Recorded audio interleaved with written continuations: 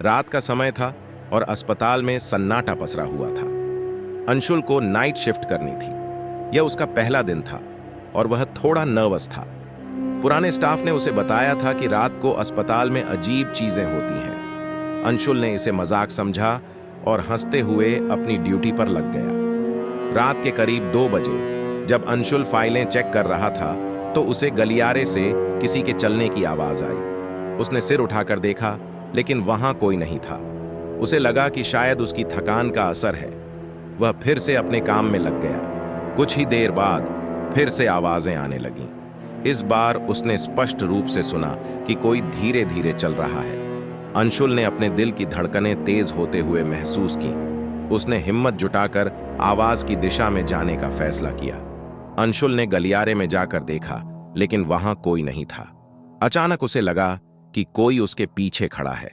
उसने तेजी से पीछे मुड़कर देखा, लेकिन वहां भी कोई नहीं था। डर के मारे उसकी सांसें तेज हो गईं। वह वापस अपने डेस्क पर लौट आया और पानी पीने लगा। तभी अचानक लाइट्स बुझ गईं। अंधेरे में कुछ भी दिखाई नहीं दे रहा था। अंशुल ने अपनी टॉर्च निकाली और इधर उधर देखने लगा।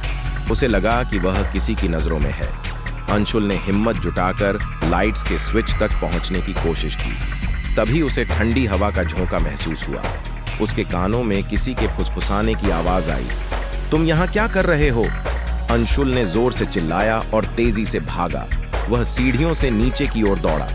अचानक उसने देखा कि सीढ़ियों के नीचे एक परछाई खड़ी है। वह डर के मारे कांप उठा और बेहोश होकर गिर पड़ा। अगली सुबह स्टाफ ने अंशुल को बेसुध हालत में पाया। उन्होंने उसे होश में लाया और पूछा कि क्या हुआ था। अंशुल ने कांपते हुए बताया कि उसने किसी अदृश्य शक्ति को महसूस किया था। उस दिन के बाद से अंशुल ने कभी नाइट शिफ्ट नहीं की। लोगों ने कहा कि शायद वह सिर्फ भ्रमित था, लेकिन अंशुल जानता था कि उसने कुछ अजीब और भयावह का सामना किया था।